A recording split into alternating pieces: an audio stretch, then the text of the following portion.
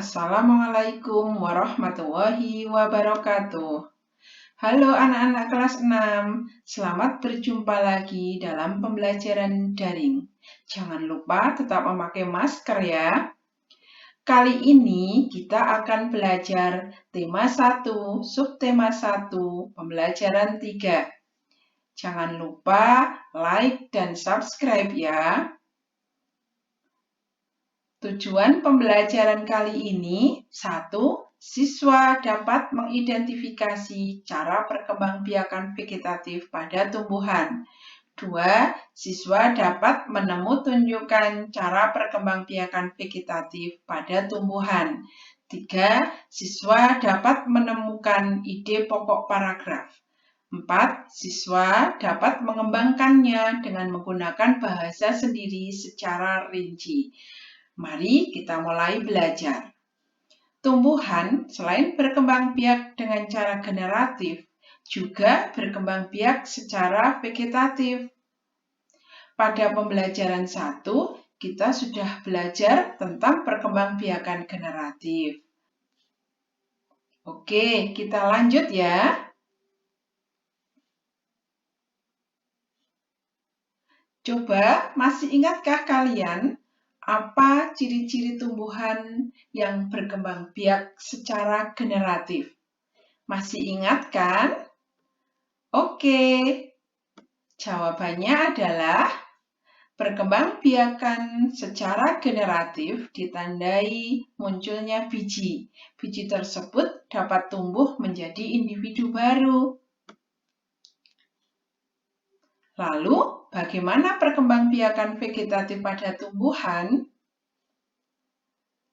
Perkembangbiakan vegetatif ada 2 macam, yaitu vegetatif alami dan vegetatif buatan. Kali ini kita akan belajar tentang perkembangbiakan vegetatif alami. Nah, perkembangbiakan vegetatif secara alami adalah cara berkembang biak suatu makhluk hidup yang terjadi tanpa melalui perkawinan. Makhluk hidup baru berasal dari induknya tanpa memerlukan jantan atau betina. Sekarang amati layar. Coba perhatikan. Pohon ini apa ya? Kalian dapat menemukannya bukan di sekitar kita? Oke. Ini adalah pohon pisang. Bagaimanakah pohon pisang itu berkembang biak? Ya, lihat gambar di samping. Ini namanya tunas. Pohon ini berkembang biak dengan bertunas. Tunas akan muncul dari batang pohon itu sendiri. Ini menunjukkan bahwa tunas ini tumbuh dengan sendirinya atau secara alami. Tunas itulah yang akan menjadi individu baru. Contoh lain adalah bambu, tebu, dan asparagus. Yuk kita lanjut amati gambar berikutnya. Gambar apakah ini anak-anak? Kalian bisa mengamatinya di lingkungan kalian. Ada kan pohon seperti ini? Ini namanya cocor bebek. Bagaimanakah cocor bebek berkembang biak? Ya, cocor bebek ini berkembang biak hampir sama dengan pohon pisang. Tanaman cocor bebek juga masuk ke dalam kategori perkembangbiakan bertunas. Namun perbedaannya, tunas baru akan tumbuh pada bagian daunnya dan bukan pada batangnya, sehingga disebut tunas adventif. Contoh lain adalah sukun, cemara, dan kersen. Kita lihat tumbuhan lainnya. Ini tumbuhan apakah anak-anak? Ini namanya pohon kentang. Bagaimanakah pohon kentang berkembang biak? Batang tumbuhan ini berada di dalam tanah. Selanjutnya, batang tersebut akan mengembang dan membentuk suatu umbi. Dari umbi tersebut bisa tumbuh menjadi individu baru, maka disebut umbi batang. Contoh lain adalah ketela atau ubi yang kita ketahui itu ketela sama dengan ubi dan talas. Kita lanjut pohon lainnya. Pohon apakah ini anak-anak? Iya, ini namanya wortel. Bagaimanakah wortel berkembang biak? Wortel juga termasuk ke dalam jenis tanaman umbi. Tanaman wortel ini memiliki bentuk akar yang besar dan berisi cadangan makanan. Pada bagian akarnya, inilah tumbuh tunas dan menjadi buah atau tanaman baru. Namun perlu diingat bahwa umbi tersebut tidak bisa ditanam menjadi individu baru. Tapi perkembangbiakannya bisa terjadi jika cara menanamnya beserta batang tumbuhannya. Contoh lain adalah lobak dan singkong. Sekarang kita lanjut ke tumbuhan lain. Ini apa anak-anak? Biasanya di dapur ibu ada ya tumbuhan itu. Ini namanya bawang merah. Bagaimanakah bawang merah berkembang biak? Bawang memiliki lapisan yang dapat menumbuhkan tunas baru pada bagian tengahnya atau di antara cakram dan daun tumbuhan tersebut, sehingga menjadi buah baru. Bawang berkembang biak dengan umbi lapis karena memiliki pelepah daun tipis yang berlapis-lapis seperti ini.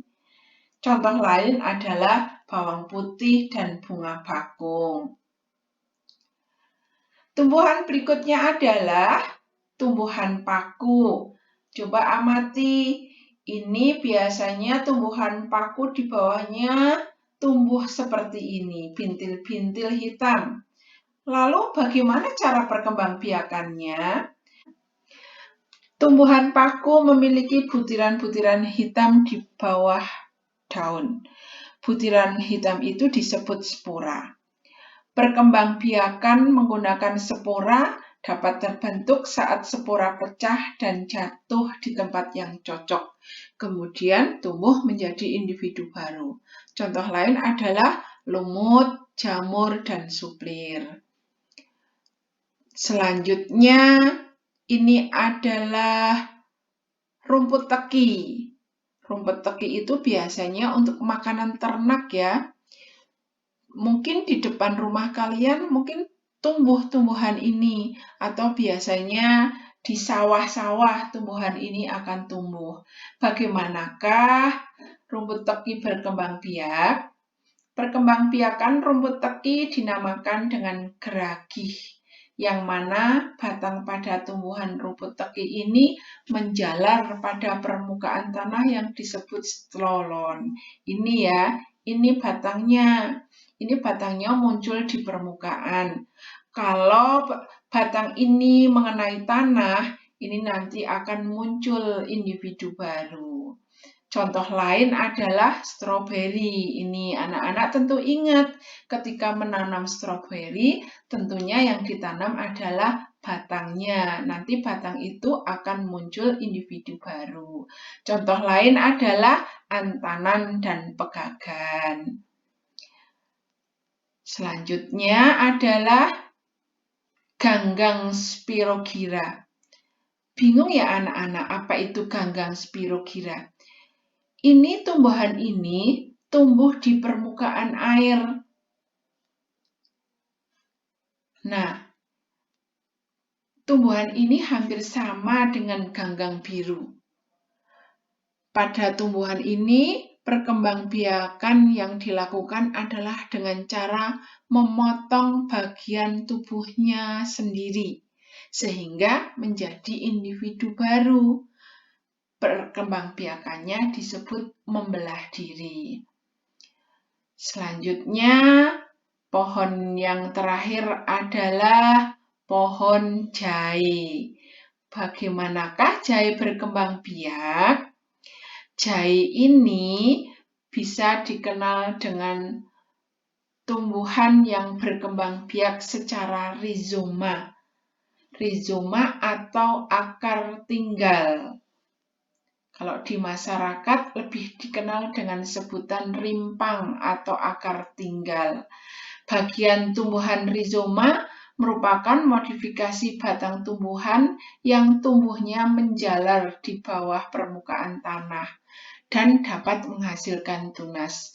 Dari sinilah akan terbentuk akar baru dari ruas-ruasnya.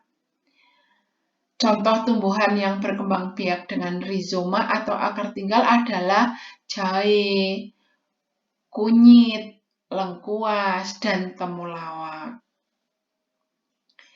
Demikian tadi anak-anak, macam-macam perkembangbiakan vegetatif alami.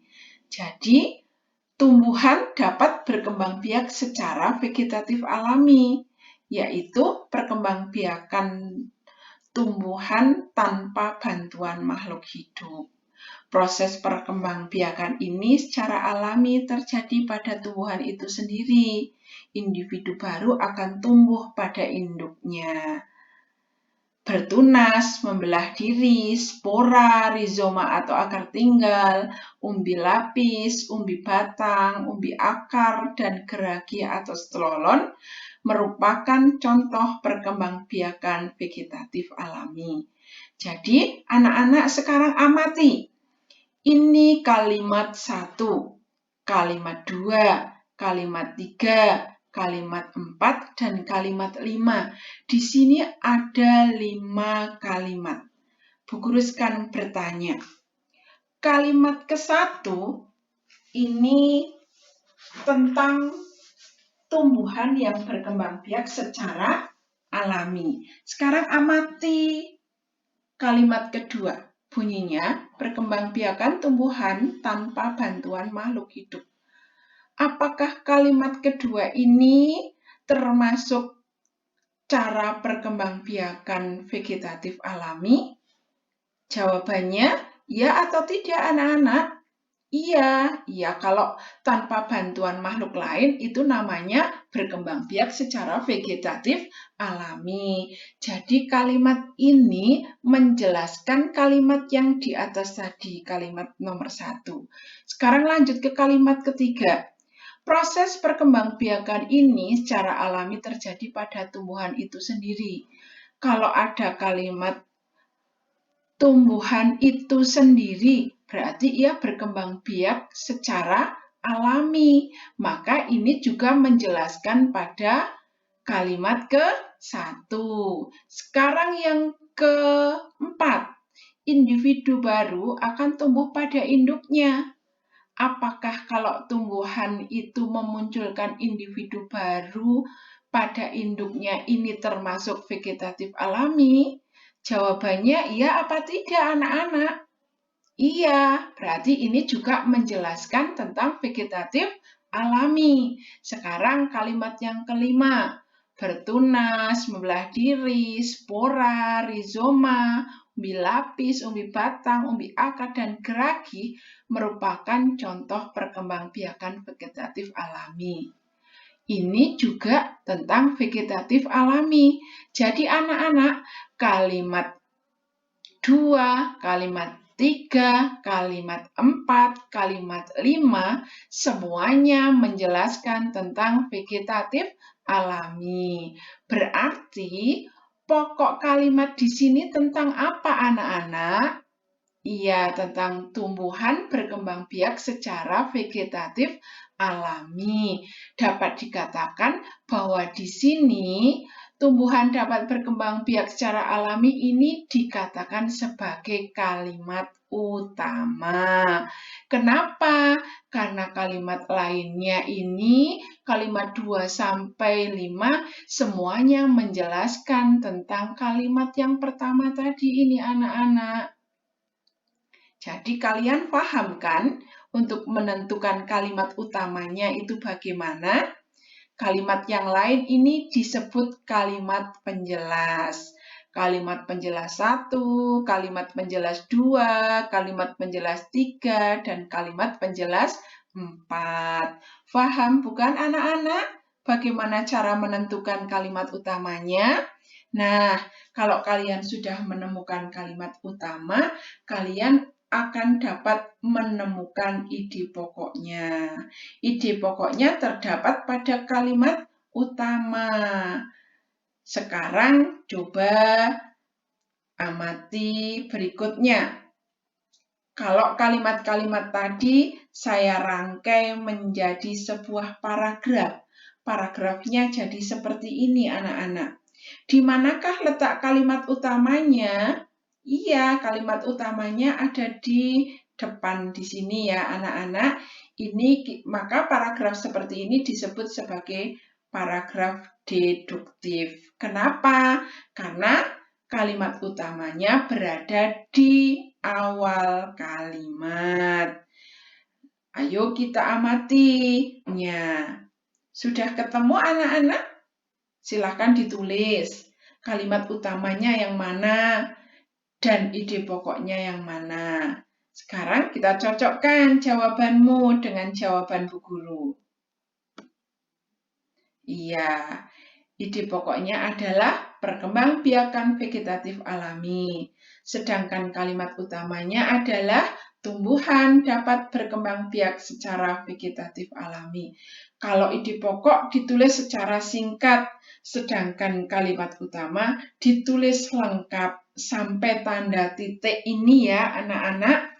Oke, paham kan? Kita lanjut.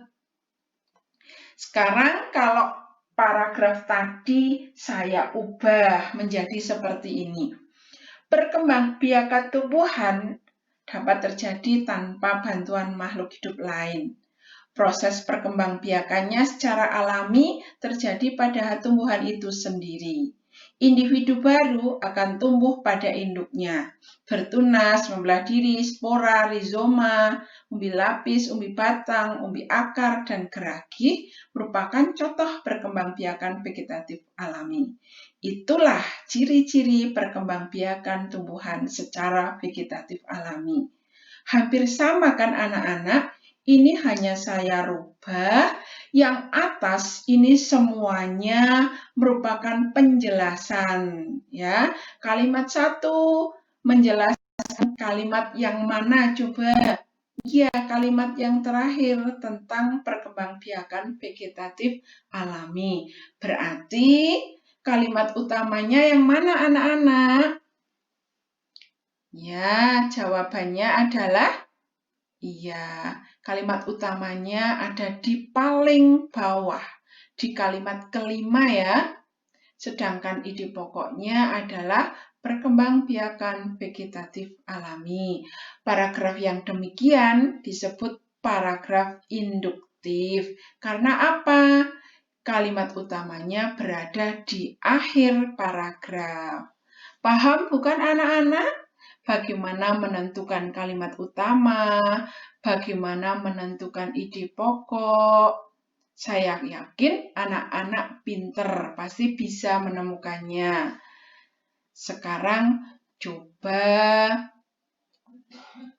guru bertanya, apakah kalian sudah paham? Sudah kan? Kalau sudah, yuk coba pertanyaan berikutnya. Baca paragraf di bawah ini. Tentukan ide pokoknya. Sudah dibaca bukan? Ayo, saya tunggu. 1, 2, 3. Oke. Nah, apa jawabannya? Ya, ide pokoknya adalah ban bekas menjadi barang berharga. Kalimat utamanya, ban bekas dapat diubah menjadi barang berharga. Coba amati anak-anak. Ini, kalimat pertama ini mengatakan ban bekas dapat diubah menjadi barang berharga. Kalimat kedua, biasanya ban bekas dibiarkan tergeletak dalam gudang. Nah, ini kan mengatakan ban bekas, berarti ban menjelaskan tentang ban bekas. Ban bekas itu biasanya apa? Oh, biasanya tergeletak dalam gudang.